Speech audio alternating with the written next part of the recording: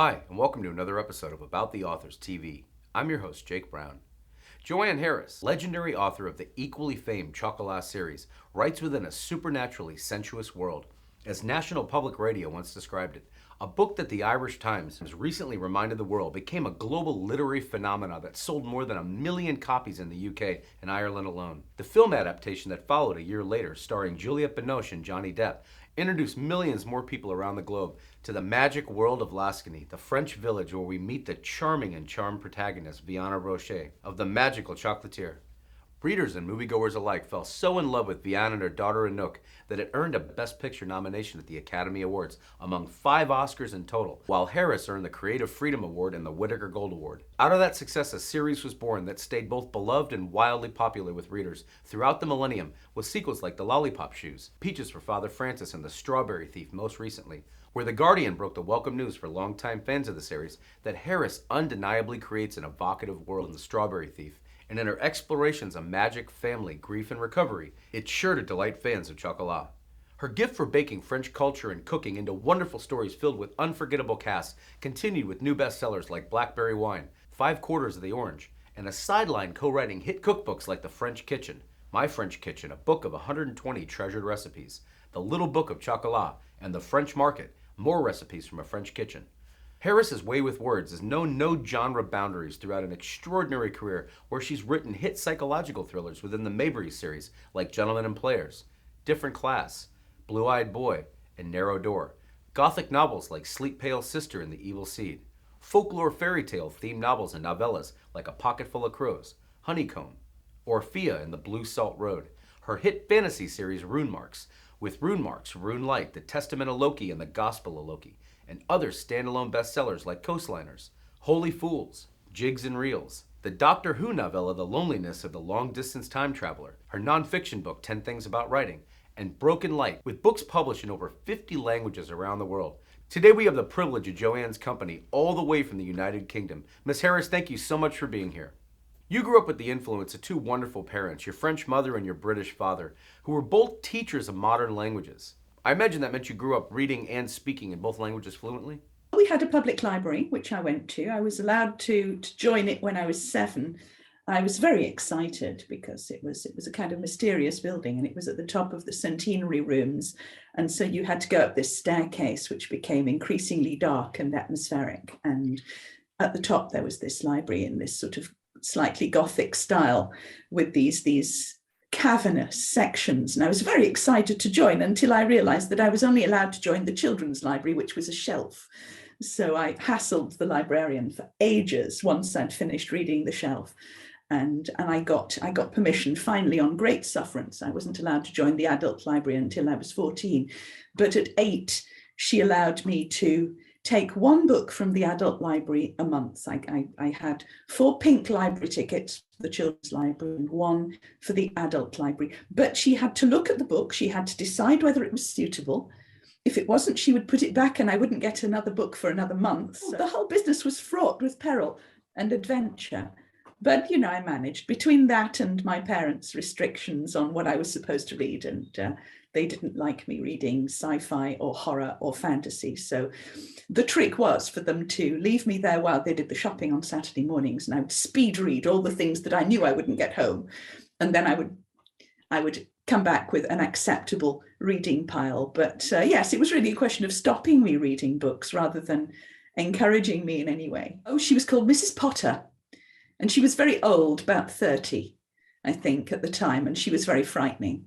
And she had quite strong ideas about what I ought to be reading. And when I took something out and read it, she would make me tell her what it was about so that she could see whether I'd understood it or not, because some of them she felt were not things that I would understand.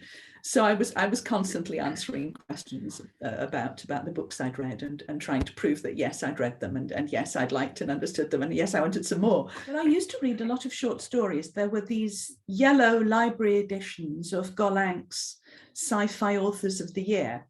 And I used to hoover those up. And I still remember a lot of those stories in detail, because I think that the memory tends to latch on to stories in a way that it doesn't to longer volumes. And so through those, I discovered people like Jerome Bixby and Ray Bradbury, and Ray Bradbury was a big influence. I went on to read a lot of his other things and his novels too.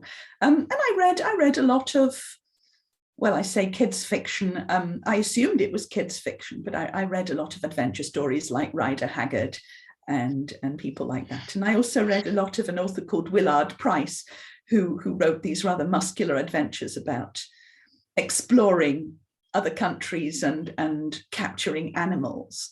But yeah, and I also read a lot of things in French because French was my first language, and the books I had at home were nearly all in French.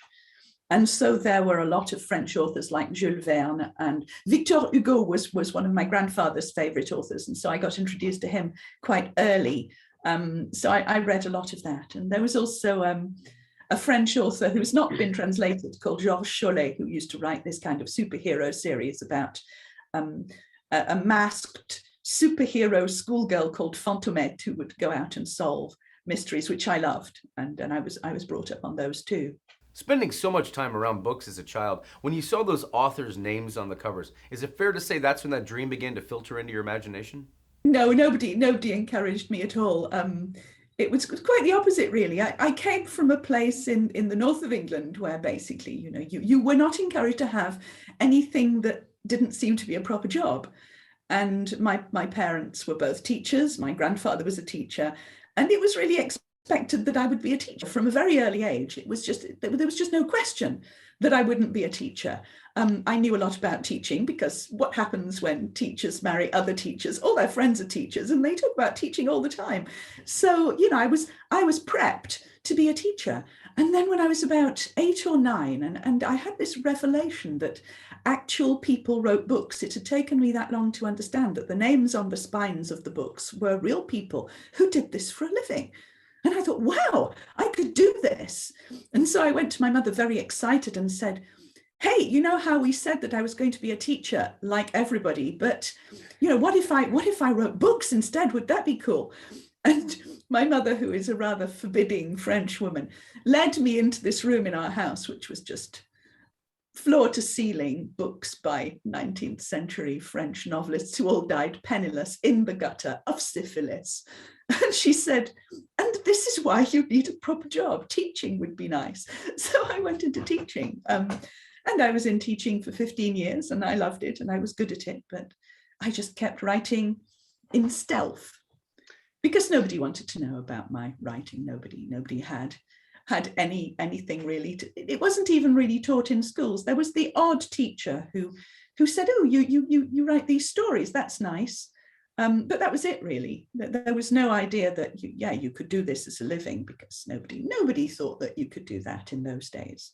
I'd never seen an author. I never met one. Most of the authors I admired were either dead or they lived so far away that I knew I'd never meet them. So there was that. Good thing your muse got the better of that debate. After attending St. Catherine's College in Cambridge, studying medieval languages, and then graduating from Sheffield University and getting into the family business of teaching, when along that initial professional path did your flair for the supernatural first appear via the idea for the Evil Seed? And was Rosemary, Virginia Ashley based on a real-life muse that you stumbled upon, say in a book or through local lore? Well, I got the idea for the Evil Seed when I was still at Cambridge. And I went to explore some of the local cemeteries. There is a cemetery in Grantchester, which is particularly old and famous, and it's in a beautiful orchard. And so I cycled over to Grantchester and I found at the back of this cemetery, this rather interesting Art Deco grave, which was for a woman called Virginia Esme Cairns. And she died in the kind of 30s, and it was a kind of little gate. It was a little metal gate that you could open and shut in this kind of stone surround, and then it was really interesting. And I thought, wow, there's a story behind that, and it became a vampire story. It became something. I was playing with this idea that actually a place like Cambridge, where people come and go and everybody is basically young because they're all students, would be a great place for vampires to hide, because there is no continuity in the population largely. within that student body. And so I thought, yeah, how interesting. Well, maybe I could do something with this. And so I wrote it quite slowly in a series of notebooks, longhand, because I didn't have a computer. And then later on, I typed it out and rewrote it. It took me a while to do it. It wasn't for any particular purpose. I was just doing it for my own enjoyment. And then it became a sort of exercise in how far I could get it. Could I get it into manuscript form? Could I get an agent to read it? Could I get an agent to take me on the basis of that? And it wasn't quite in my voice, because having been told that I wasn't allowed to read horror and sci-fi and fantasy as a child, I mean, inevitably I read a whole load of horror and fantasy and sci-fi when I left home. And then it was also inevitable that the first novel that I would write would be within that genre. So I was trying things out. And it was not a successful experiment in a lot of ways, because it was very different from everything else that was coming out at the time within that area. It was way too literary to be mainstream horror. It was way too horrific to be lit fic. People didn't know what it was. And this has been the story of a lot of my books, actually. People didn't know what they were because they challenged various assumptions about genre. But I enjoyed it, and I learned an awful lot by writing it. And eventually it got me my first book deal. And I think my agent at the time really did think that I could be the next Anne Rice. Anne Rice was very popular at the time. I hadn't read her until The Evil Seed came out. And she wasn't anything like me at all, actually, but agents live in hope. And I went on to write something afterwards that was different, because I didn't want to write the same thing. I was still learning. I was still trying to find my own voice. And because I'd read all these different things growing up, I was very good at pastiching things. And so The Evil Seed was a kind of pastiche of a lot of things that I'd read, which is why it was such an oddity and stood out so much. And I think standing out at the time wasn't a good thing if you were an unknown, undiscovered author. What a beautifully true way to put that, as they really do live in hope. When you came to your agent with your second Gothic novel, The Sleep Pale Sister, and it sold to another publisher, that had to be encouraging to keep going. I didn't have a contract. I was basically submitting books as I had them. And so I had a great deal of freedom in terms of the time that it took, in terms of what I was writing. And when I submitted Sleep Pale Sister to my publishers, they didn't want it because it wasn't enough like The Evil Seed. It was a kind of Gothic ghost story set in the Victorian pre-Raphaelite art scene. It was very different to The Evil Seed. To me, it wasn't different. To me, it was just part of a spectrum of exploration of different ideas about community and the supernatural. But yeah, they didn't want it, and so somebody else picked up on it. It was actually a lot like Sarah Waters' Affinity in tone. But I think Affinity came sometime later, at a time when the public was ready for that kind of thing. And I was kind of a bit too ahead of the curve. And again, it kind of sank without trace. But I really enjoyed writing it. And I felt that it was a much better book. But it was still a pastiche. It was a sort of pastiche of Wilkie Collins' The Woman in White. And it was written in these multiple narrators. I think I had 5 narrators or something like that. It was crazy. But that was something that I was exploring at the time. And it was actually a technique that I kept hold of and kept using throughout my writing career. But it was terribly exciting to see my books on shelves. I lived in a town that only had one bookshop, a very small indie bookshop. And they only had one copy of my book. And I would kind of lurk in there to find if the copy had been sold. And see where it was displayed, and if it was badly displayed, I would turn it out so you could see the cover. And because the shop owner kept staring at me, I just assumed he'd recognized me somehow. But actually, I think he just thought I was stealing books.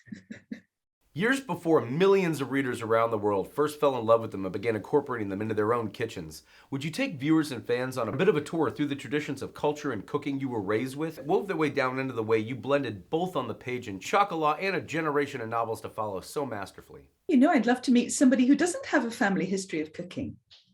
It's something that we all share. This is a universal thing. This relationship that we have with food and with culture and with family and with celebration. It's something that everybody knows and understands. And so I have what everybody has. Obviously, I have it from 2 different cultures, from my British heritage and also my French heritage. But my mother, and particularly my French side, had a way of keeping in touch with members of the family through recipes. And I think partly it was because my mother had to move to England when she got married, and she'd had to leave her large and loving family behind. And so one of the things she did was she would cook these recipes for us, and she would say, yes, this one is from your Mimi, this one is from your grandmother, this one is from your Auntie Simone. And there would be stories associated with them. And partly it was because she was homesick and she wanted to cook the things that reminded her of home. But also I think it was partly an education for me. She wanted to talk to me about people who were not around, and some of them had already died, and some of them were people that I only saw maybe once a year. And so it was an important link, I think, culturally, and she used it in that way. And I still have recipes written out by my great grandmother on little pieces of paper in a file that my mother keeps. And obviously she knows all these recipes by heart, but those are also a link with the past and with family. Alongside the recipes that readers fell in love with in Chocolat, they hold Vianne Rocher and her daughter Anouk very dear to their hearts. Can you share a bit with fans about your own initial moments of enchantment when you first conjured both of them up? Chocolat came at a time when I really thought I wouldn't be published again. I had written several things, submitted them. Neither of my previous publishers wanted them because they were too different. Again, my agent had no idea what to do. And so he sent one of my then manuscripts to one of his associates. It was a guy called Al Zuckerman who had written a book called How to Write the Blockbuster Novel. And he sent one of these manuscripts to him, and he said, I'd really like Joanne to sell in the States. It would be great. Can you tell me how we can make that happen? And so Al Zuckerman read my book, and he sent me back 20 pages of really quite damning criticism about everything that I was doing. And he said, well, you can write a bit, but that's not the problem. The problem is you're doing it all wrong. For a start, you're setting your stories in these little places in Europe that nobody cares about. You've got to stop doing that. You need to set your book in a big city in the States, in New York or somewhere like that.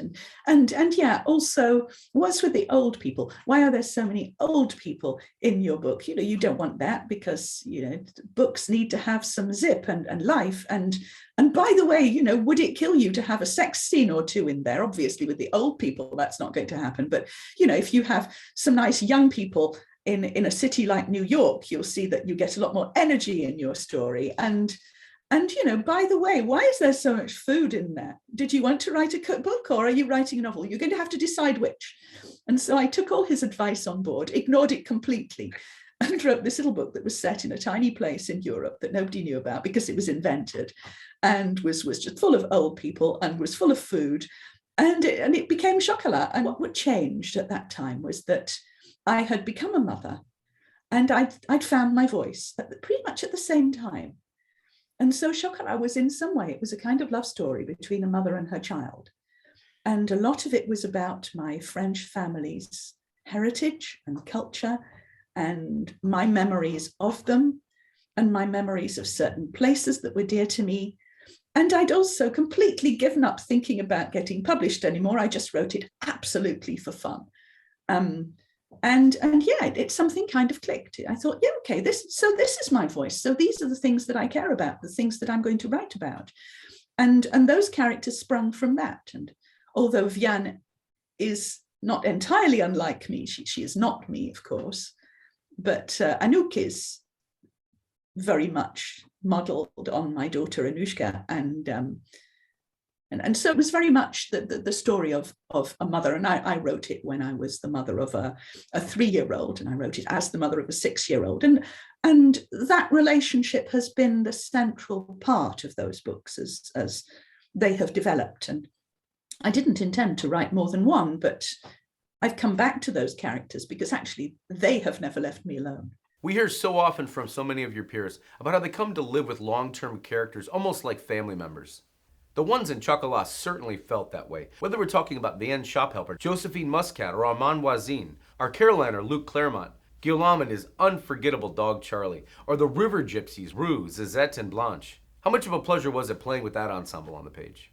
Some of the locals were people that I knew in France, but actually a lot of them were colleagues that were at the school I taught at. I taught at the time, I was teaching at a boys' grammar school.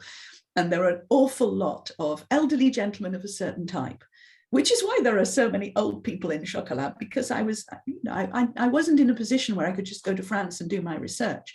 And I took inspiration from whatever was around me. And there was this small community in the school, which was also like the village, a patriarchal community, an old-fashioned community, a community full of people who had it their own way for years and years. And so it wasn't a million miles away. Me, this young woman teacher in this very male environment that was kind of antagonistic to everything that I was.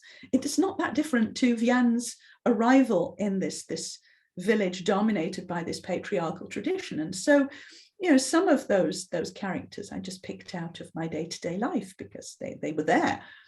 As one of the real masters of writing about enchantment in story and seduction from any source that can enrapture the characters, long before Johnny Depp played him in the film, please tell fans about creating the romance between Vianne and her lover Rue. It's important too. I think one of the things that I do when I'm creating characters is I give them relationships of different kinds, because this is how you create a character. You give them other people to relate to, and you see how they relate to those other people, and that informs your understanding of who they are. And so we know what Vianne is like as a mother. We know what she's like as a friend. We know what she's like as an enemy to a certain extent. We know the difference that she makes within the community, but what is she like with an intimate relationship? And that was an important part of her personality. I couldn't deny her that. Of course, she's had a lot of relationships. She is not somebody who settles down, and so she is not somebody who has one partner. And she's never made a secret of this. This is one of the things that makes her scandalous. But yes, Hou is always very dear to her, and throughout the books, Hou is still a presence, even though he's not, he is not her partner in that respect. He's the mother of her child. He's all kinds of things, and he's got a story of his own, which I think I will tell at some point in future if I get the chance to. That is a great bit of breaking news for fans of his. A character with far less fans, at least initially, was the extremely effective antagonist to the story, if you would, Father Francis Renaud. How complex was the creation of all the layers of the Man in Black, as he's commonly referred to throughout the story? My grandfather, my French grandfather, was very poor as a child, and his mother was a widow. And when they grew up, they were so poor that they just had one pair of shoes between them. And so if one person left the house, the other one had to stay in, or be shamed by not having shoes. And knowing this, the priest, the local priest, would preach against my great-grandmother every Sunday from the pulpit, because she had sent her son to the public school instead of the Catholic school. The public school was free. The Catholic school you had to pay, but she just didn't have the money. And so during the whole of my grandfather's childhood, he was kind of stigmatized. And the priest would say, don't give this woman work because she is sinful. She's bringing her child up in sin. And so she would have to walk to the next village to work. And she was just a cleaner, basically. And it marked him. And he would tell me these stories. And I guess that's where the Man in Black came from. That's where this sinister figure representing intolerance and the power of the church, which can be directed in any direction, of course, but in the case of Renaud is very much an instrument of control. And so that's kind of how that emerged, and he became the antagonist. But he's more than just an antagonist in the Chocolat books. He is a bit of a fellow traveler. I don't see him as a bad guy. I never really saw him as a bad guy. It would be too simplistic to say that was true, but he is very much in a relationship with Vianne, which changes constantly. And as you read all 4 books, you see how that relationship has become closer, and both of them have grown. We talk so often on the show about how setting itself can become a central character in a story, and the village of Lasqueny-sous-Lutain is no exception, with the Washington Post calling it the timeless setting for a romantic fairy tale. Please take viewers on a tour throughout the world you built here, bringing a community like this to life as you did so effectively in Chocolat, so it felt real for the reader. That's absolutely right. Yes, some of it was based on places I knew. Some of it was a very particular place called Nerac, which was a place where my grandfather had a war buddy, and there was a chocolate shop there. and you could look through this glass panel and see people making the chocolate, and it's still there. In fact, it's called La Cigale. It hasn't changed a bit. And so a lot of Lansquenet was built on there. Now, I will let you pronounce the name of Vianne's charming shop where the heart of the story takes place, because I failed French miserably in high school. But was this magical chocolatier based on a real one you'd frequented as a child visiting your family in France in the summertime? There were chocolate shops like that in France when I was a child, and there weren't in England as much. In England, the whole idea of the chocolate shop, the boutique chocolate shop, wasn't really known where I came from, but there were plenty of them in France, and there were these little confiseries and chocolateries. Along the same lines, was the Grand Festival of Chocolate that happens at Easter based on one you actually attended as a child during these visits? And within that, how did it help in the brilliant way that you released all of its ingredients and variations of all the goodies Vianne bakes, and the broader way that you use chocolate to help awaken this repressed community? Because I used to go at Easter, because my parents were teachers and they would go when there were school holidays, and so we would go at Easter, and then we would go in the summer. So at Easter, I would see these chocolate shops revving up to Easter time, and there were all these wonderful things going on that didn't happen in England. And so that was part of my memory. And there were also carnivals. And so Easter was an exciting time for a child to go to France. And I thought, well, what if I bring some of that into this story? And I wanted to write a story about the relationship between fasting and feasting. Everything that I write has got some kind of mythological or belief-based or legend or superstition-based core to it. And so this one was very much about, how we got from the repression of certain aspects of the church to this splashy, indulgent feasting. Why do they fit together in this way, and what's made them, and how does that work in a community? Well, there are festivals like that all over France. This is a French phenomenon. There are festivals for everything in France, festivals for cheese, for lying, for storytelling, for chocolate. There's just every place you go in rural France is particular for its festival. And so I thought, why not have a chocolate festival? I mean, obviously at Easter, everybody celebrates Easter in France in their own way, but it would make perfect sense that a little place like Lansquenet with a chocolate shop should have a chocolate festival. And so it was very easy, having been to a lot of French festivals, and this is what rural France lives for. It made a lot of intuitive sense to create that. And it meant that I had fun, because obviously the church was building up to Easter, the chocolaterie was building up to the chocolate festival. At some point there would be a gunfight, and that was the climax of my story. The heights this book would reach entered the realm of phenomena upon release, selling millions of copies around the world and earning you the Creative Freedom Award and the Whitaker Golden Platinum Award, and became a global bestseller. What is it like seeing your work catch on fire like that out of nowhere? It became this surprise success, and a surprise to everybody, including to me. It was a lot. It was a lot to take in, because I hadn't expected any of it. And every time something happened, I thought, okay, this has happened. I'm going to have to get used to this. Something else would happen and it would escalate. And I remember thinking to myself when I'd got the invitation to come to the Oscars, perhaps it's time to give up teaching now. I was very reluctant to do that because it was something secure, but I also realized that I was being asked to do an awful lot of things, and I just couldn't be a writer in my spare time anymore. I just couldn't. It didn't happen. And so I gave up teaching, and I ended up doing things that I'd never done before. I'd never toured before. I'd never had foreign publishers before, and all of a sudden I was published in 50 countries. I have to imagine your parents are proud of you, not only for the achievement, but equally for the way it wove your own family recipes and cooking traditions into the tapestry of the novel. I have no idea. My mother doesn't really talk about this sort of thing. She still thinks that, it was a good idea for me to go into teaching, because when the bottom falls out of all this writing books nonsense, I'll have something to go to. But yes, I think she's secretly quite fond of the fact that I did that and incorporated people that we know and love into those stories, even in a way that only family could tell.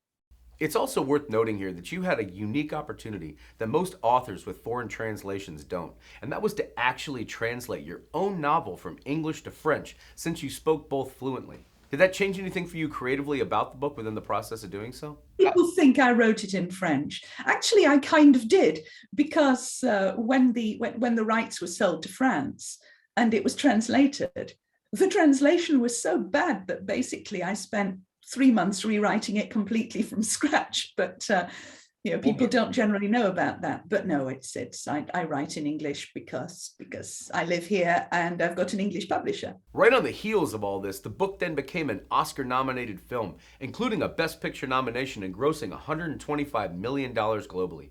Before all that success, when word first came it was being adapted to a film that would co-star Juliette Binoche and Johnny Depp, Judi Dench, and others, how involved were you in the adaptation from book to script? And how amazing was it to watch these characters you created wholly out of your mind come to life so fully on the silver screen? On top of that, the movie was also a lot. I mean, I think I got 20 years of career sandwiched into 2 years. And it was a lot to cope with. I mean, it was wonderful in many ways, but it was also a hell of a learning curve. And it was kind of an anxious time. I remember feeling a lot of anxiety and not knowing what to do with it, because I was supposed to be happy. It was supposed to be what I'd always wanted. And I just felt very anxious a lot of the time. And I started to have these kind of weird fainting fits. I realize now they were panic attacks, but in all these sort of glitzy venues that I was going to, in 2 royal palaces and several Oscar performances, I would just flake out like Tony Soprano and would wake up surrounded by people going, what happened? And I realized that this was just me going, okay, enough now. I need a rest. And so, it was, I dealt with it and I did enjoy the ride, although, it would have been nice to have a little bit of time to process every stage before the next one came hurtling towards me. That's wise advice to follow. And while you were taking some well-deserved time off, you never stopped using your talent for creating what the Washington Post once correctly called a torment of mouth-watering descriptions. As the success of Chocolat kicked off a theme of sorts that wove itself throughout your next few bestsellers. That of the emotional resonance of food and baking the tastes and essences of different recipes through the love stories you were telling on the page. But when you returned to writing fiction, Blackberry Wine became a beautiful illustration if you talk a bit about its creation. I had a lot of time, it seemed to me, because I had taken a sabbatical from teaching so that I could do things relating to Chocolat.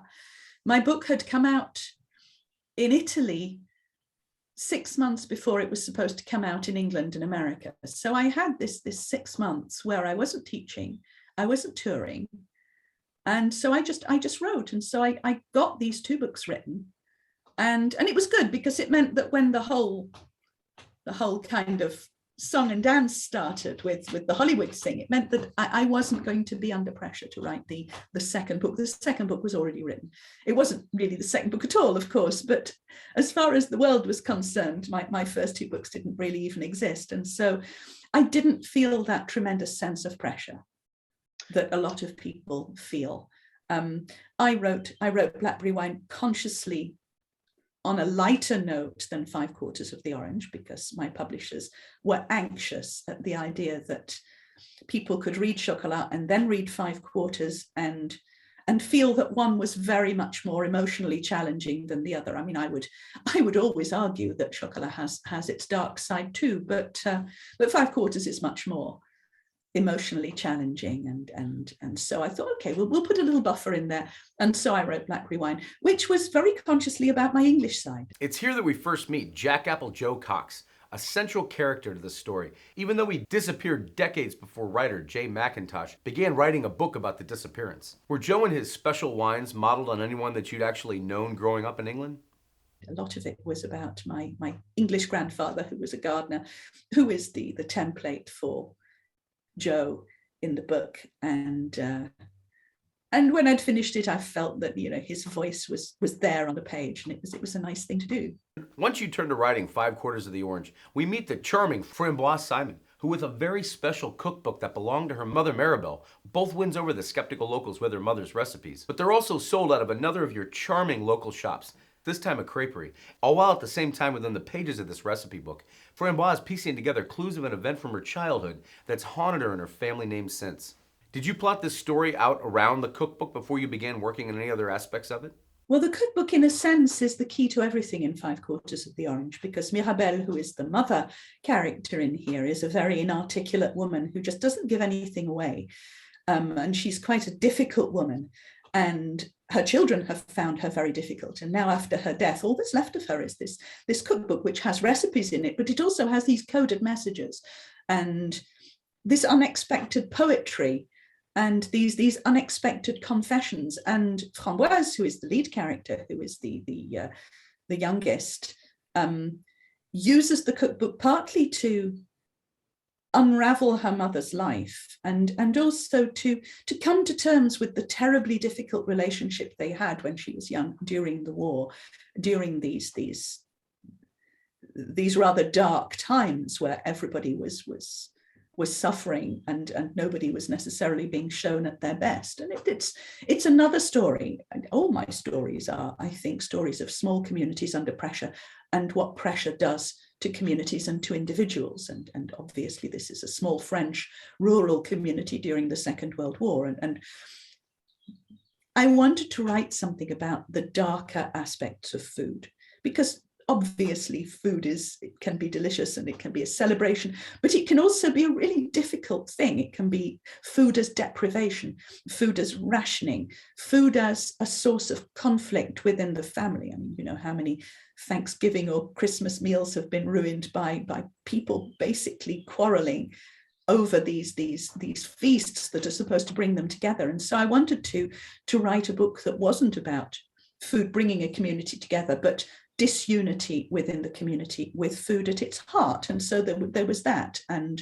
it's a story narrated by an old woman, Framboise, who has come through this series of events during the war and these dreadful privations and these relationships and these secrets, and trailing all this baggage behind her, she has reinvented herself as somebody new. And I wanted to write about that. I wanted to write about, from the perspective of an older person, about their life, about the things that were important, about the things that we carry with us throughout our lives and what that makes of us. Remarkable. Thank you so much for opening up in such depth for your fans.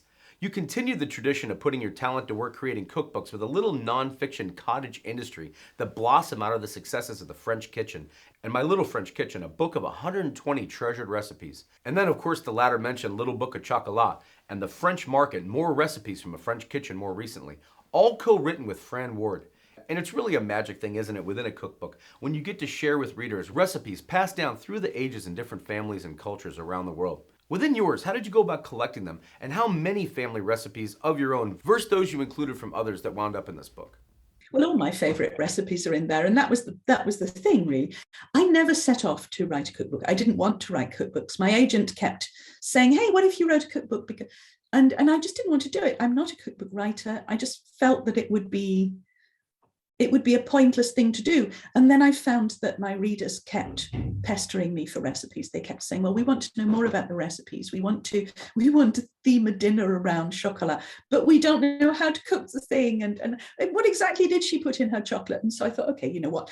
Let's have a look at this cookbook idea again, but I'm not going to take any money for it. I'm going to give the money to a charity. And I gave it to MSF and their work in the Congo on sleeping sickness. And that was a whole new layer of stories. But I also said, well, I'm going to need a co-writer because I can't write recipes. I can tell the stories. I can say more or less what the recipes are, but I can't test them and make sure they're absolutely perfect. And I can't keep recooking them. And I can't photograph them. Somebody who knows how to do all that, which is a tremendous lot of work, is going to have to be brought in to help. And so I wrote all the text. I sent Fran my recipes as they stood. Some of them were literally my great-grandmother's recipes in her handwriting on pieces of paper translated by me. And I said, okay, try and translate this half a big cup of something into actual measurements that people can use and know that over and over again, that recipe will come out the same. And so Fran did the heavy lifting in that respect. And I wrote all the text, and I made it a cookbook about my family and stories and my books. And I used my family recipes. And then for the French market, I did the same. But I also looked at the sort of markets that you find in France. And I thought about the sort of people who go on holiday and who would really like to buy the things in these markets, but don't know what to do with them. And I thought, okay, well, we'll do a cookbook that talks about regional cooking in an accessible way, so that it's not just looking at food porn on the page, things that people can actually do. And I did the same thing with the money. I gave it to MSF and they put it in their sleeping sickness program. And I went off to the Congo for some time and watched them do it and wrote a piece on it and had lots of adventures there doing that. And it was a good thing to do, but I don't think of myself as a cookery writer. I turned down all the offers for cookery shows that I inevitably got because of the cookbooks, because it's not what I wanted to do. But I was happy that it helped people, and I was happy that people still like them. It's the most delightful thing. And I love it when people go, yeah, I've used your cookbook so much that the pages are stuck together with butter and chocolate and things, or you know, I've made this cake a zillion times because I know I can always rely on it and it's now my favorite. I love it when people do that. It's great, because actually food should not be a sort of elitist thing that you can only make with these special ingredients that you can only get from one special shop in Islington. It should be easy. It should be, a lot of the stuff in the French kitchen is stuff that even a child should be able to make. And my child certainly made most of them, so it shouldn't be hard. Even the chocolate recipes are not that difficult. With Holy Fools, you traveled way back to 1605, circa the island of Noirmoutier off the Brittany coast. What do you most enjoy with a book like this one about getting to whisk readers off anywhere you want in geography and time? And with characters as entertaining as I have to imagine a village of nuns would be to write. Well, that one I wrote very early. I wrote it, in fact, before Chocolat, but it didn't get published until some time afterwards. And you can sort of tell, because it's another story about a woman and her young child. And this time she's not a chocolatière. She is, well, she's been all sorts of things. She's been an acrobat. She's been a traveling player, and she's now a nun. She's hiding away in a convent on an island, the same island, in fact, although I've changed its characteristics a bit. I've fictionalized it. But Noirmoutier did have a monastery, and I did a little research into that too. But I wanted to write something set in the 17th century, because I did part of my degree on 17th century French theatre.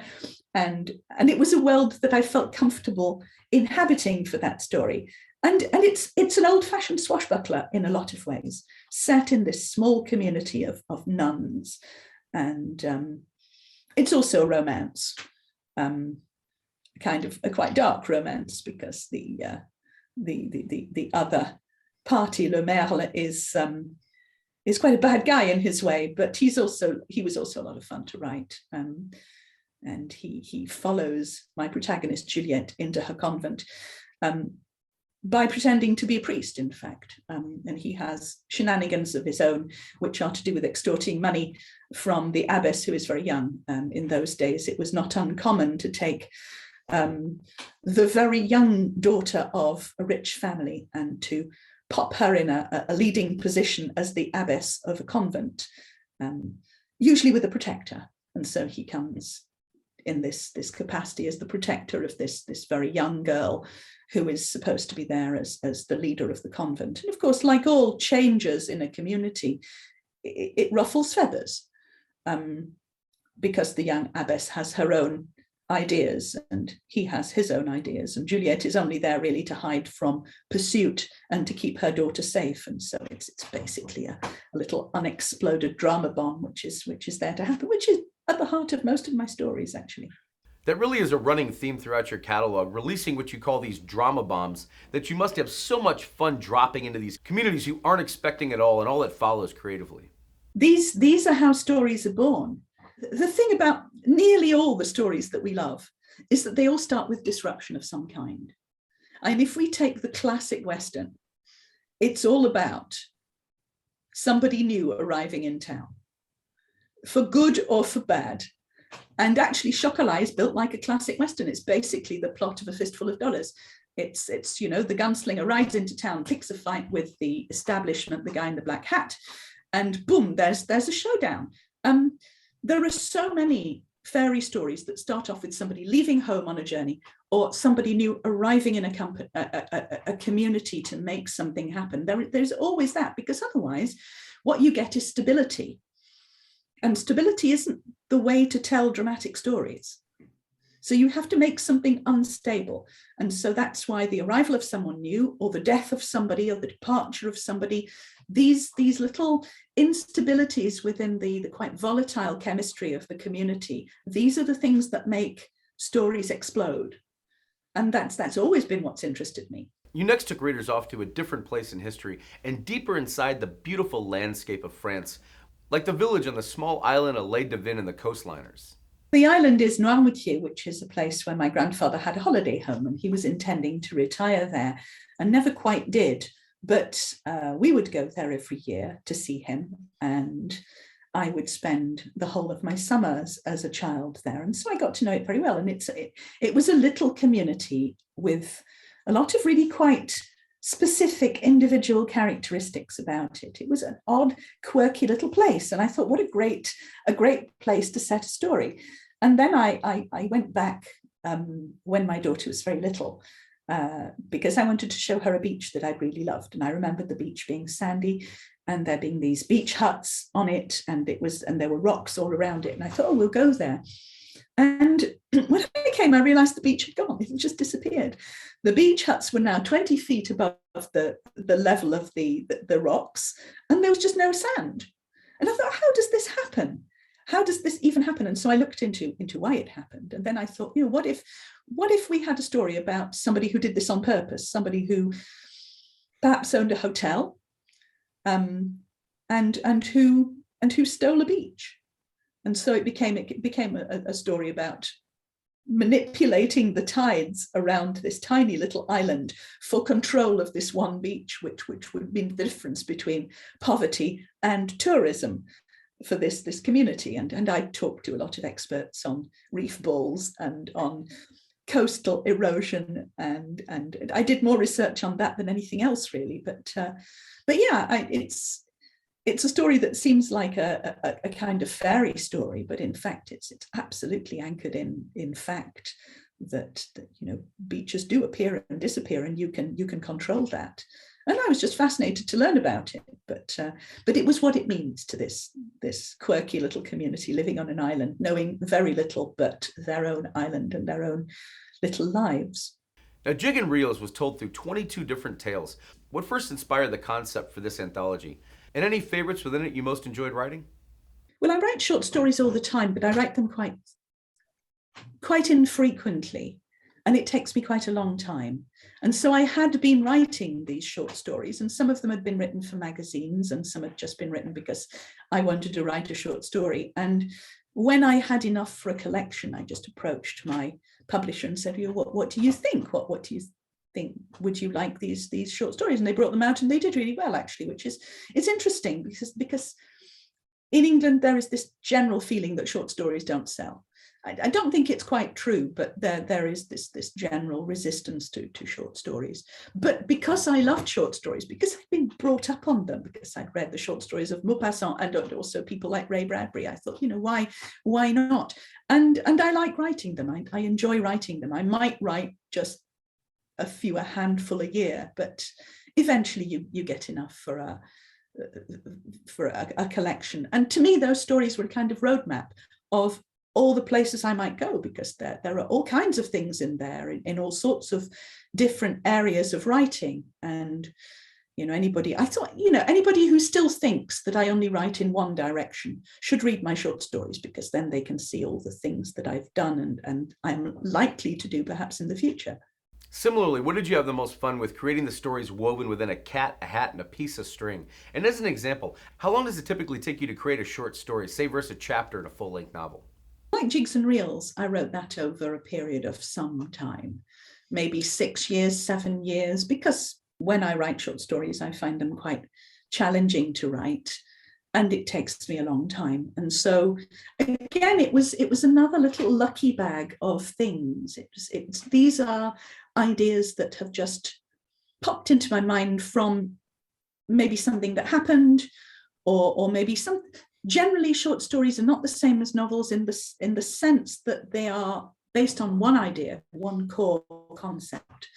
And they are not something that I necessarily want to make into a longer narrative or spend 2 years of my life thinking about. That they're usually things that pack a bit of a punch, and they're quite short, and they're there to say something very specific and then to allow you to move on.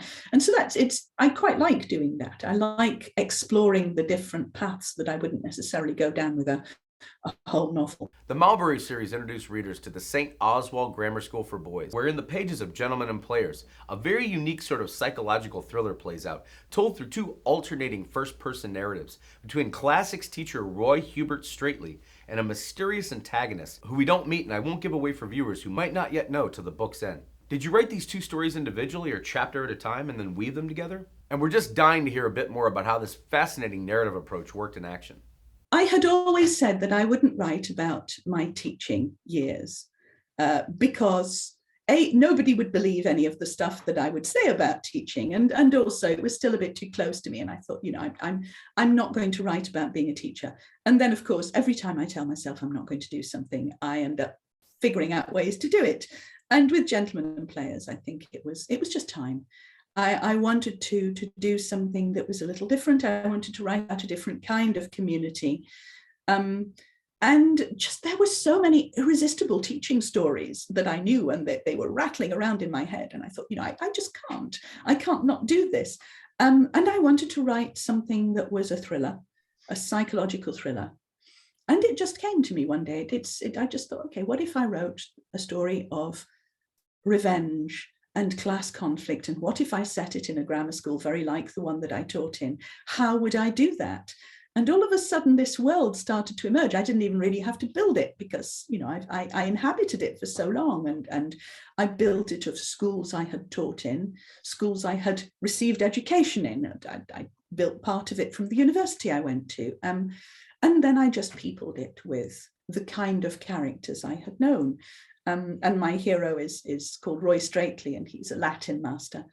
And I've become very fond of Roy. He's not me, but he's somebody I know very well. He's an amalgam of people. I used to know a lot of people like Straightley. And so I could do his voice from the start. His voice was very easy to do. And he has this sort of rather gruff tone, and he says a lot of things in Latin, usually to annoy his non-Latin speaking colleagues, because he has a number of feuds going on with various other colleagues in the department. He should have retired already, but he's just hanging on because he has nowhere to go. He's got no family. He has no friends outside of the school. He lives for St. Oswald's and for his Brodie boys, as he calls them, and retirement would kill him. And so he stays, and he makes it his life's mission to fight against modern improvements like whiteboards and plastic top tables and the internet, which he dislikes, and email and women also, because he's a bit of an old misogynist in his way. He doesn't realize this, but he has a number of old-fashioned attitudes to what a school should be. And I just enjoyed his voice enormously. Different Class picks up right after the first book, and it felt like something ripped right from the headlines. Was there any art imitating life here? It's set the year after Gentlemen and Players in real time, but it goes back in time. There's a lot of backstory in that book, as there was in Gentlemen and Players, as there was in A Narrow Door. So a lot of it, there is some stuff that's happening right now, but there is also the past and how the past catches up to the present repeatedly. And so this Different Class is very much about how a scandal that happened in the past comes back to haunt the present, to turn everything upside down, to make people question what they thought about each other, about their own relationships, their friendships. And it was very much based on things that were going on at the time. There were a number of items in the news about schools and scandals within schools, and particularly sex scandals in schools that I wanted to explore. What it does to a person to know that somebody who has been their colleague and their friend is actually perhaps an abuser. What that does to your view of the world, to your view of yourself. Blue-Eyed Boy was just a brilliant book, if I may say, and told through the eyes of BB. Please share with viewers a bit about writing through this specific headspace, and you utilize the technology of the internet to create a fascinating cast of co-stars, especially a blind child prodigy with the power to see a string of unsolved murders. Please do talk about your unique process for creating his or any of the other characters from the book you most enjoyed. Blue-Eyed Boy is the one that doesn't quite fit into the rest of the St. Oswald's books because it's not about a St. Oswald's pupil exactly, but it is in the same village, the same world, and peripherally some of the same characters just pop in to say hello. But Blue-Eyed Boy is very much the story of a man who lives in his mind, a man in his 40s who still lives with his mother and who just fantasizes on a daily basis about how to kill her, and who has an extraordinary imaginary life on the internet where he's the king of a website which basically hosts fiction, rather unpleasant fiction, much of which concentrates on murder and the murder of older women particularly. And there is a general running uncertainty about whether any of this is true or whether all of it is in BB's head. Which actually goes right to the end of the book. I think, in one of my later St. Oswald's books, I do kind of hint on the truth about BB, but that one ends on a big old question mark because it's almost a supernatural. But it's very much about perception. It's a book about synesthesia, which is a condition that I have too. I smell colors.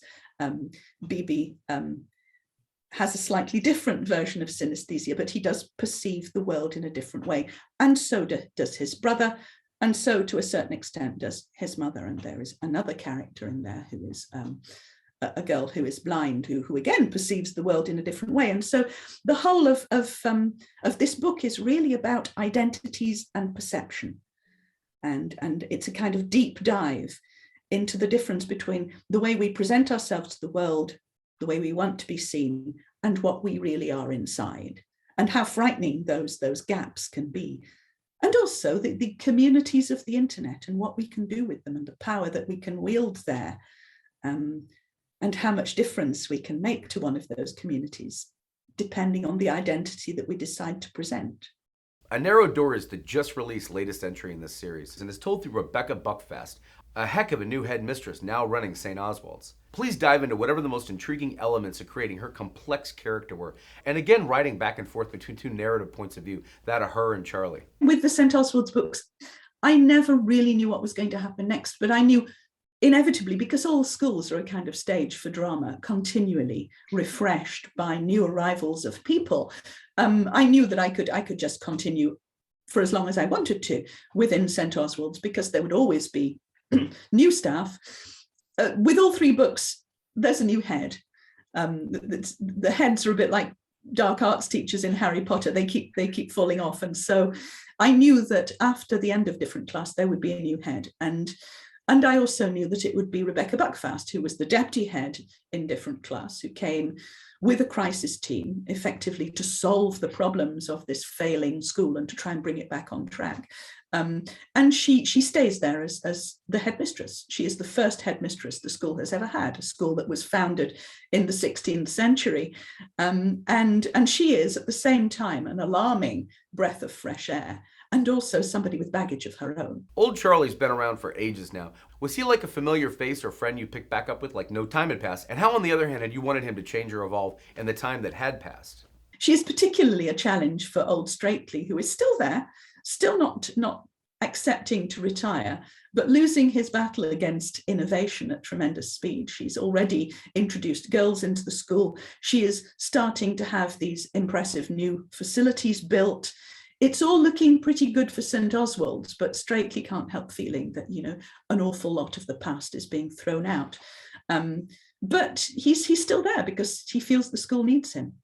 And then a group of his boys discover what seem to be human remains on the grounds at the site of one of these flash new buildings. And he goes to the headmistress, hoping to get guidance. And he knows that if there is another scandal, the school might just fall completely.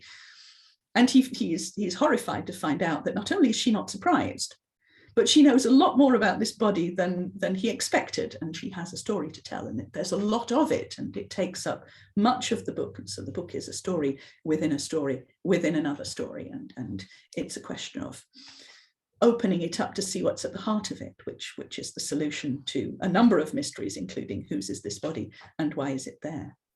It's wonderful to hear you talk about it. For fans, does the series wrap up here, or can they look forward to getting their hands on another volume in the near future? Well, not soon, but there may well be another at some point, because I think it's a very fruitful world, and it's one that I know very well. And as it's expanded, I'd like to know what happens to some of these characters. And there are some junior characters there in the cast who I'd quite like to know more about too, because as they grow and evolve, they might have a role to play too. So that would be nice to think so. Turning to the Rune series, what first fascinated you about Norse mythology to allow you to creatively envision a series like the one that followed? And conceptually, did you first see this as a standalone book like the one that followed? And was the first book initially written intended to be a standalone? Well, Norse mythology is effectively the combined myths and legends and stories of the Scandinavian and Icelandic people, the people we call the Vikings, if you like, but it's not a very historical name, which were passed basically from person to person via the oral tradition. So they weren't written down until about the 12th century, 13th century, by which time Scandinavia had been mostly Christianized. And so the stories were written by Christian scholars, and particularly one called Snorri Sturluson, whose influence has been very great, because without him, we basically wouldn't have any myths at all. And there are other fragmentary works that have been preserved and written down by other scholars. But what it is basically that. Fragments, sometimes quite chunky fragments, but there's plenty missing there. We have a wealth of writing about Greek and Roman mythology, but the Scandinavians did not have a tradition of using paper and writing things down. And so all we've got is these echoes of stories, and yet they resonate. They have been hugely popular. They've been at the heart of so much work and movies, and the whole Marvel universe has got massive debt to Norse myths. So they're obviously something that we can still relate to. Not all mythologies have this relatability, but what they did have was these exceptional characters that were so well drawn and so interesting that throughout the centuries, people have borrowed bits and pieces and have kept these characters alive, which is lovely. Loki being the one among them who you essentially make the star of Rune Marks, the first book in the series, and then continuing with wildly popular sequels like Runelight, the Gospel of Loki, and the Testament of Loki. Writing a lead character like Loki over the course of a long-running series like this, I assume like Vian, he lived in your head between books? Loki's everybody's favorite character. I think, particularly when we look at what's going on now, it's clear that Loki is the most interesting character there is. And that's partly because he's at the heart of a lot of the stories. He is the trickster character. He's the element of discord. And so when something happens, it's usually because Loki did something. Otherwise, things wouldn't be happening. And so he is the catalyst for stories, which makes him an important character. He's also a bit of a mysterious character, because in the original Norse myths, if we can say there's an original, nobody really quite knows where Loki comes from. We know that he's racially different to the gods of Asgard, but we also know he's very close to Odin. And we know that Odin has brought him into Asgard and gives him his protection, which is funny because Odin can see the future. And the future definitely has Loki being at the bottom of the end of the world. And so why is he there? And this is a question that the myths don't answer. And when I was writing my books, I became more and more intrigued by it and wanted to deep dive and find out exactly why that was happening. But he's a great character. I mean, I discovered these myths when I was 7. I've been reading about them ever since. And even for a 7-year-old, Loki is a fun character because he's funny, because he's clever, because he doesn't rely on brute force to solve problems, because he gets into all these scrapes and he gets out of it just because he's smarter than everybody else around him. And that, to a kid who likes to read, is just perfect. It must have been a blast getting to contribute creatively in your own original way to the now mythic Doctor Who book legacy with your novella, The loneliness of the long-distance time traveler. That was just pure joy because this was a project that the BBC had to get people who hadn't written for Doctor Who to write something, and they said, well, choose your Doctor. And of course I chose the Doctor who was prominent when I was about 9 or 10, which meant that was the time I was mostly paying attention to Doctor Who. And so I knew that world. And it was basically adult fan fiction about stuff that I'd loved as a kid. And it was great. I mean, I am good at pastiching. I'm good at recreating other people's voices because I did it so much when I was a child, trying to find my own voice. So it's not difficult to sort of look at that and go, okay, how do I do the dialogue of this character? His was a very easy kind of dialogue. He's got a certain delivery. I know it well.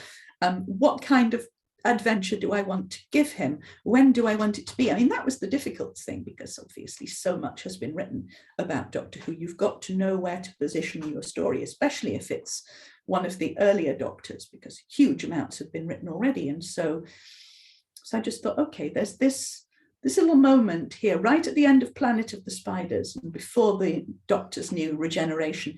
I'm going to put that story in there. It's going to be a bubble adventure, completely self-contained, boom. And it's got some Ray Bradbury vibes to it, admittedly, and it's also got some Jerome Bixby vibes to it. And I just had the biggest fun doing it. We're reunited with Vianne Roche in 3 sequels from the Chocolat series that have followed over the years, including the Lollipop Shoes, known in the US as The Girl with No Shadow, Peaches for Father Francis, and The Strawberry Thief most recently. So it feels like readers get to go to a big family reunion every few years with these characters. Especially with Vianne's growing to include now teenage daughter Anouk and a new infant baby Rosette. That's exactly what it is. I come back to her because she comes back to me. And it's a bit like somebody who has been traveling, who just connects with you from time to time, going, hey, I'm over here. I've been doing this. Are you interested? And there's always a story to tell. And so the reason that instead of setting them year after year, the way I have with the St. Oswald's books, which makes sense for those books, I have set them about 5 or 6 years apart. Because what I wanted to do with those books, partly I've written them 5 or 6 years apart, and so it helps. But also because this is about the evolution of a relationship between a mother and her child. There were certain things that just weren't in my experience until my child had reached a certain age. And so I was fine writing about the mother of a small child when I was the mother of a small child. But then to wait to write about being the mother of an adolescent or the mother of a grown-up child, I had to wait for those things to happen, to see what I would feel, to pass those feelings on to my protagonist. And so there was a certain level of life experience that I needed before I was able to do those things. And so I knew this. But I also wanted to see how life would change Vianne, whether her priorities would change, whether her relationships would stay the same, whether she would ever get to settle down somewhere, which is the thing that she wants, but it's also the thing that she fears. And so she's constantly on the move. There's something that keeps her from putting down roots, and even she doesn't quite know what it is. So is she going to combat that? Is she going to find a place for herself? How many things will she have to sacrifice to do that? And will she accept them? So there was that. Touching on the Lollipop Shoes specifically, Vianne has also moved by now from her charming small French village to the big city of Paris with a new identity as Yann Charbonneau, and opened yet another one of her magic chocolatiers, one where the Washington Post revealed that what the customers eat and drink at the shop, now called La Roche de Montmartre, is such a strong presence in the novel that it's almost one of the protagonists. I imagine that was a good constant for readers and Vianne and her family. She goes to live in Paris for a while, partly because she wants to lose herself. She wants to become an ordinary citizen. And she puts aside a lot of what makes her special, partly because she wants her kids to have a normal upbringing. And she's even on the brink of marrying an absolutely terrible guy, just because it will give her that acceptability. And in the end, she's not able to do that, which is good.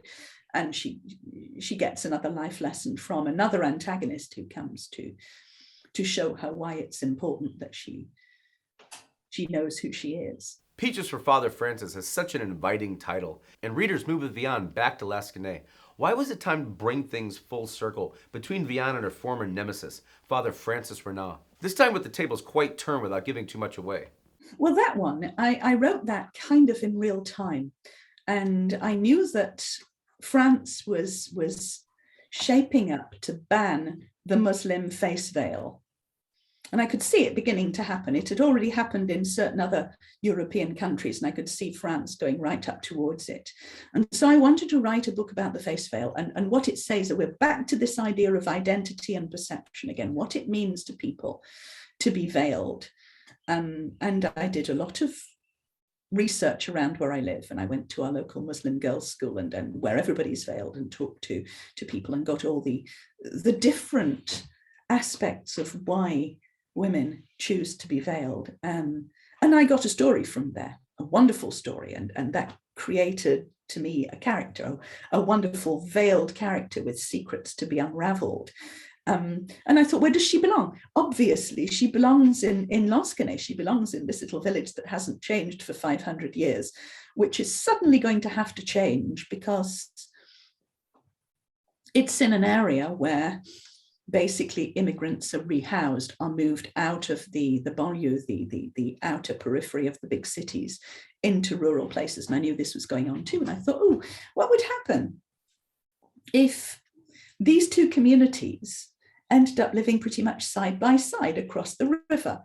And I had this image of the mosque on one side of the river and the church on the other, and both of them trying to sound the minaret and to ring the bells to see which one could be loudest. And I thought, wow, this is going to be fun. I'm going to enjoy this. And so I will make it a Lansquenet story and a Vianne story.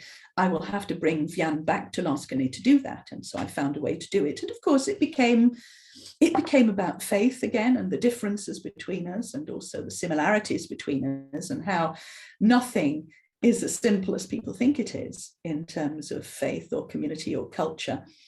The Guardian would report to fans' delight that mysticism and mystery abound in the most recent novel in the series, The Strawberry Thief, where readers find Vianne and her family living full-time back in her beloved village. And this time it's Narcisse's relatives following his death that bring a new wave of chaos crashing in. You must have an absolute blast shaking things up for a small, quaint village like this one that seems like it's at its best when things are quiet and the same one day to the next.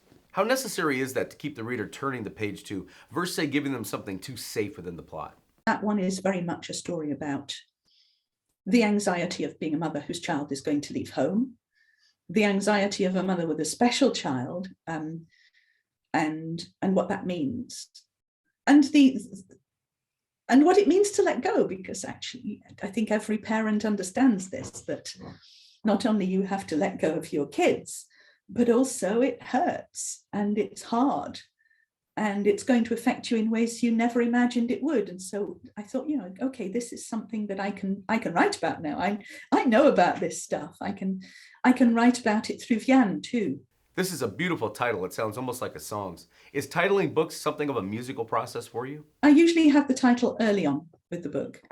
And I'm a songwriter too. And the importance of titles, I think, because I'm a musician as well as a linguist, it's quite important for there to be a sound, a resonance to a book, and having the right title often helps. Is Vianne making a return to the page anytime soon? We can safely assume fans are waiting, as the series has developed such a loyal following and readership throughout the years. Whether it's the last one, I don't know. It's certainly the latest one, but I never said it was the last one, and I would be surprised if it were, because those characters are still out there. They still have more stories to tell. And Vianne has two daughters, and maybe they have stories to tell too. So there'll almost certainly be something else. There might even be a Vianne prequel where we learn about her story pre-Chocolat, because there are a lot of gaps there that I could fill in if I wanted to. So there's that. Short stories are such a special art form within writing, and one of your recent releases, Honeycomb, presents a beautiful gallery of them and brings fans back into the Rune universe. Please talk about collaborating on this beautifully written and illustrated collection. Well, Honeycomb is different because it's at the same time a novel and a collection of 100 short stories. And what I wanted to do was to create 100 stories which more or less stood alone, and some of them stand absolutely alone, but which also had within them an ongoing narrative. And they're very short stories indeed. Some of them are fables, some of them are a kind of fairy story, and it's sort of, they're all modern tales really, but they're in the style of, I wanted to do them in the style of classic traditional illustrated fairy books from the Victorian era. And I knew that it was going to be an illustrated book from the start. And I thought, oh, who do I know who's a great fairy painter? And so I thought, right, Charles Vess, one of the only living fairy painters who actually still believes in fairies, and who will be able to do this, who will get what I'm doing. And so it's basically, it's the story of the Lacewing King, who is effectively the king of fairyland within my universe of silken folk, who are effectively the Fae. And it shows his trajectory from being young and selfish and cruel to understanding the effect that he has on the world, and his travels, and his ultimate meeting with his nemesis, the Harlequin, and his ultimate redemption through the love of his grandchild, the Barefoot Princess.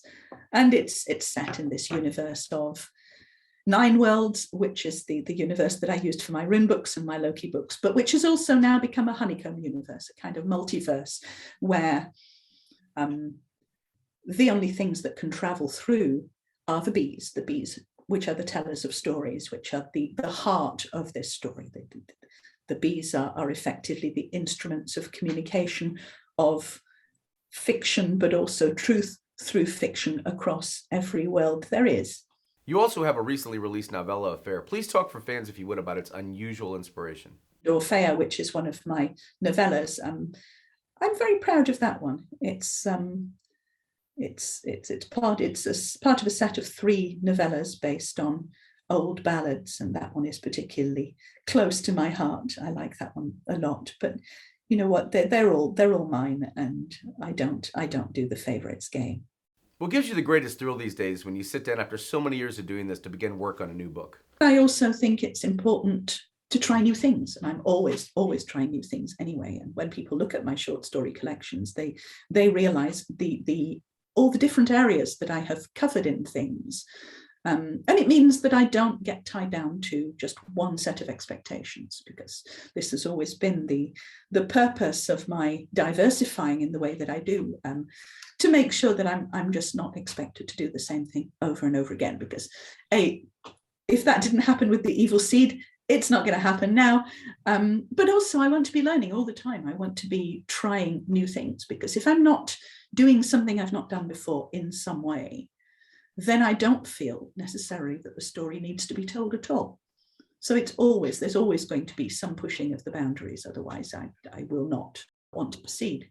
In that spirit, please do pull the curtain back on what else might be fresh from your creative mind on the page and heading to publishers or even bookshelves soon that fans can look forward to diving into next. You know what? I'm just cycling up to A Narrow Door coming out in paperback here in England. So I'll be doing a bit of touring to that. And I've just finished the first draft of a book called Broken Light, which is a standalone book, which is a kind of psychological thriller, but it's also a sort of supernatural.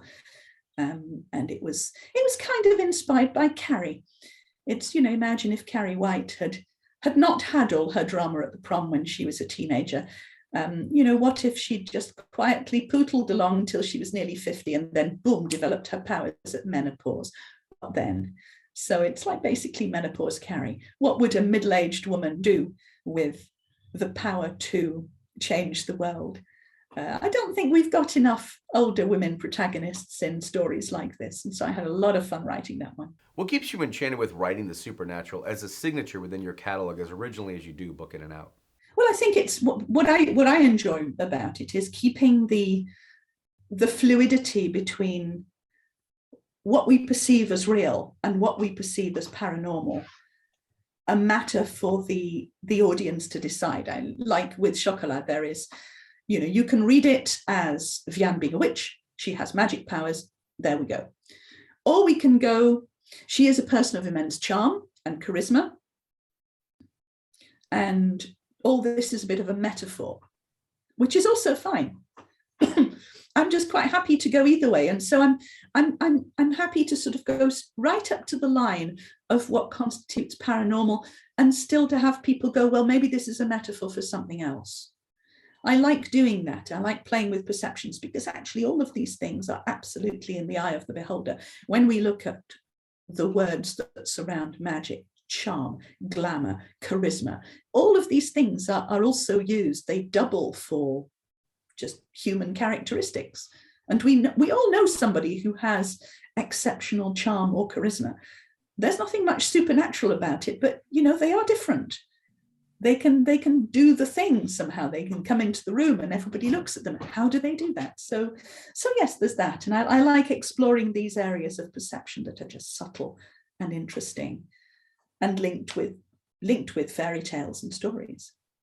Finally, closing this wonderful conversation with a focus on 10 things about writing, your nonfiction book about the art of the craft. Any final jewels of wisdom you share from this treasure chest of them on getting started or sustaining a career like the one you've had over the last 3 decades?